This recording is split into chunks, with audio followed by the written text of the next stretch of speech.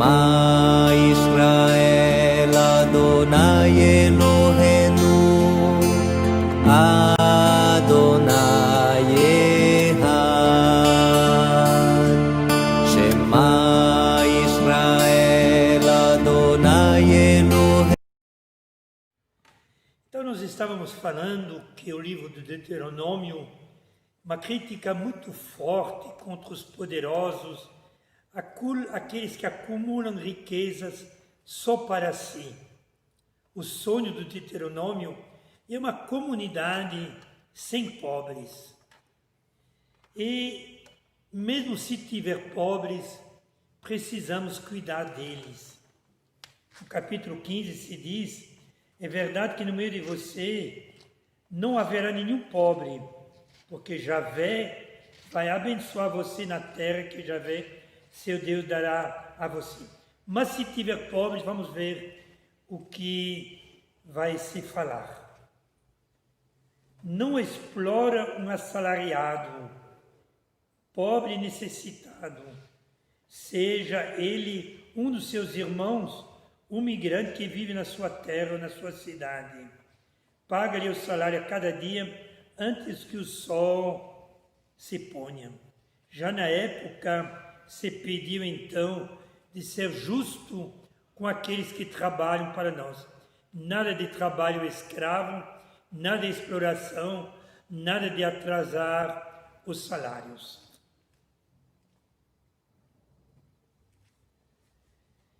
Não desloca as cercas do vizinho, colocados pelos antepassados no patrimônio que você irá receber com herança. Na terra que Javé, seu Deus, lhe dará com propriedade. Quando era pároco em promissão, se contava que tinha lá um grande fazendeiro que expulsou muitos japoneses da sua fazenda. E o que ele fazia? Cortava a cerca, mudava a cerca, colava fogo no pasto. E como era na época da Segunda Guerra Mundial, os japoneses tinham medo de ir na justiça, então preferiam abandonar suas terras. Aí nasceu uma imensa fazenda, que depois, graças a Deus, foi em 1987 dado para mais de 600 famílias dentro da linha da reforma agrária. Roubar o pequeno. Aqui em Goiás se fala que tem um grande fazendeiro que gostava de colecionar as orelhas dos peões que ele matava para pegar suas terras. Que coisa! Então a preocupação com a justiça, não falsificar as balanças, que também ainda hoje acontece, tem um peso exato e justo e uma medida exata e justa para que seus dias se prolongam sobre a terra que Javé, seu Deus, vai lhe dar.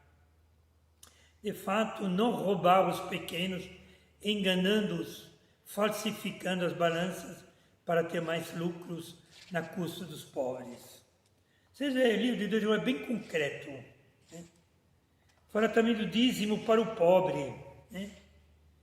Muitas vezes o dízimo é utilizado para manter, construir grandes prédios, embelezar as igrejas, mas o primeiro significado do dízimo na Bíblia é para dar para os pobres. O dízimo da colheita é para ajudar os pobres, E cada 3 anos tinha um dízimo maior, onde se dizia que o que sobrava das colheitas no campo era para os pobres. Cada 3 anos, no ano dos dízimos, quando você tiver acabado de separar todo o dízimo da sua colheita e tiver dado ao levita, ao migrante, ao órfão, à viúva, para que comem e fiquem saciados na sua cidade. Essas 4 categorias de pessoas são os pobres da época. Os levitas, que não tinham terra, eram uma espécie de mensageiros da palavra, mas que ficavam andando de cidade em cidade, eles não tinham direito à terra. O imigrante que vinha de outro lugar, o órfão que tinha perdido seus pais e a viúva que tinha perdido seu marido. Normalmente essas pessoas viviam em situações, então o dízimo era para cuidar dessas pessoas. Outro tema muito importante no Deuteronômio é o tema da aliança. Né? Os casais têm costume de colocar uma aliança no dedo para marcar o compromisso um com o outro. Deus também fez aliança conosco, e uma aliança de amor. Ele vai comparar esta aliança com a aliança que o pai faz com seus filhos, que a mãe faz com seu bebê. É um laço de amor muito forte. E Deus sempre é fiel. E nós que muitas vezes largamos os compromissos e a aliança. Então, no capítulo 7, versículos 7 a 9, se diz o seguinte: se Javé se afeiçoou a vocês e os escolheu, não é porque vocês são mais numerosos entre todos os outros povos. Pelo contrário, vocês são o menor de todos os povos. Foi por amor a vocês e para manter a promessa que ele jurou aos antepassados de vocês. E é por isso que Javé os tirou com mão forte e os resgatou da casa da escravidão, da mão do faraó, rei do Egito. Saiba, portanto, que Javé, seu Deus, é o único Deus, o Deus fiel, que mantém a aliança e o amor por 1000 gerações, em favor dos que o amam e observam os seus mandamentos. Então a importância de fazer aliança, se comprometer mesmo com Deus. E não só procurar Deus quando tem uma dificuldade, uma doença, um problema. Deus tem que estar presente em tudo. E devemos procurar ser fiel ao seu grande mandamento de amor. Amar a Deus sobre todas as coisas e o próximo com a si mesmo. Deus nunca vai se esquecer da aliança, porque Javé, seu Deus, é um Deus misericordioso. Ele não vai abandonar e destruir você, pois nunca se esquecerá da aliança que concluiu com seus antepassados por meio do juramento. Deus é bom. O Papa Francisco dizia, talvez o nome que mais corresponde a Deus, o qualificativo, é misericórdia. Misericórdia significa quem tem seu coração junto à miséria dos outros, as suas próprias misérias, mas também a miséria dos outros. E Deus não é um Deus vingativo, castigador, mas é um Deus cheio de amor, de ternura, de paciência e de misericórdia. É esse Deus que fez aliança conosco, não um Deus distante, não um patrão, um juiz, um rei, mas alguém que assumiu nossas misérias em Jesus Cristo.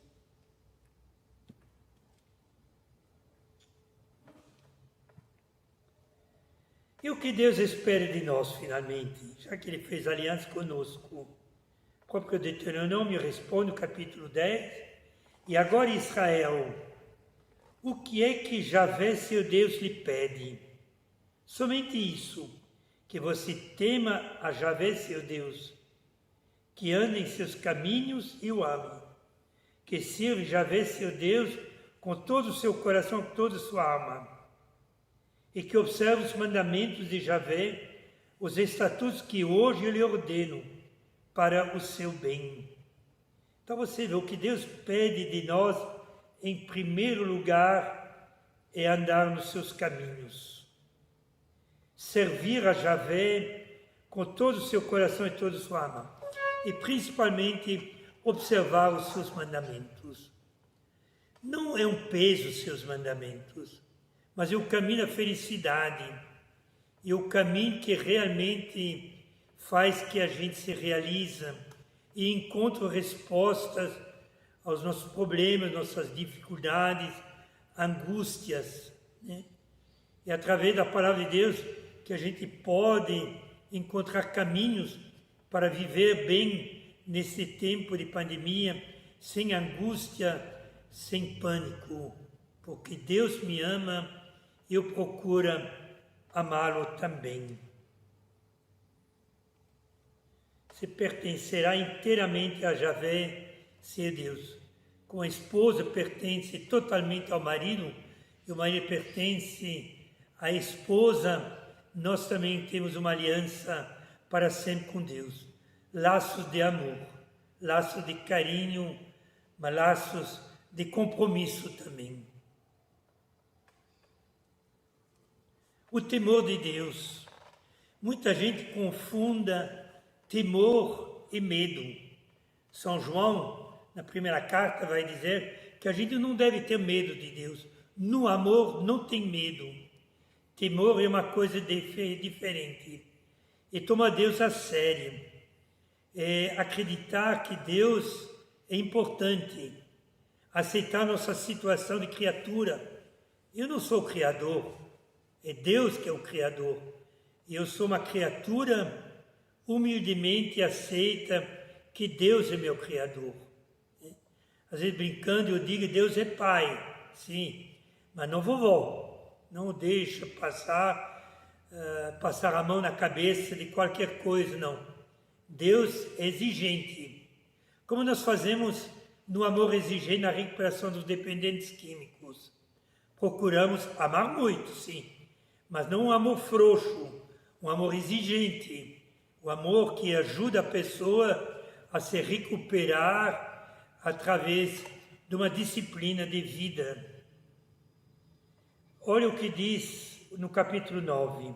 Se você vai conquistar essas terras, não é por causa da sua justiça e honradez, e sim porque Javé, seu Deus, vai expulsá-las da sua frente por causa da injustiça delas, e também para cumprir a promessa que ele havia jurado aos seus antepassados, Abraão, Isaque e Jacó.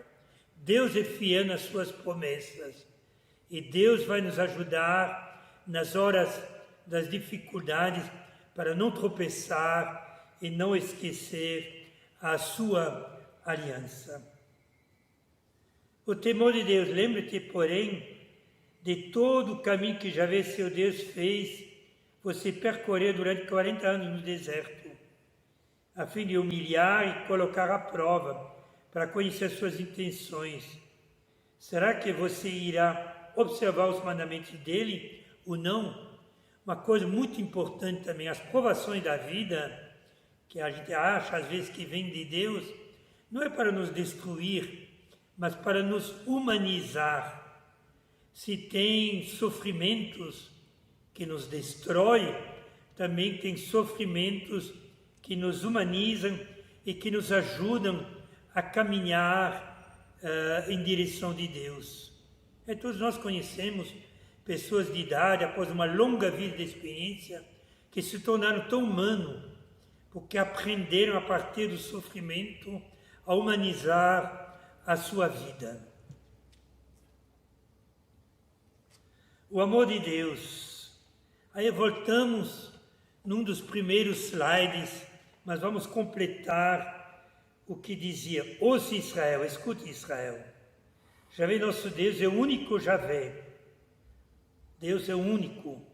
Portanto, ama a Javé, seu Deus, com todo o seu coração, com toda a sua alma, com toda a sua força. Que essas palavras que hoje eu lhe ordeno estejam em seu coração. Você as inculcará em seus filhos, e delas fará sentado em sua casa e andando em seu caminho, estando deitado e de pé. Você também as amarrá em sua mão como sinal, e elas serão como faixa entre os seus olhos. Você as escreverá nos batentes da sua casa e nas portas da sua cidade. De fato, até hoje, o judeu fiel tem essas palavras: ouça Israel, Shema Israel, o Senhor é único em todo lugar. Pendura no braço, coloca-se entre os seus olhos, pendura na porta da casa, da cidade, em todo lugar, para não se esquecer da primazia de Deus na sua vida. E Deus tem esse primeiro lugar na sua vida também?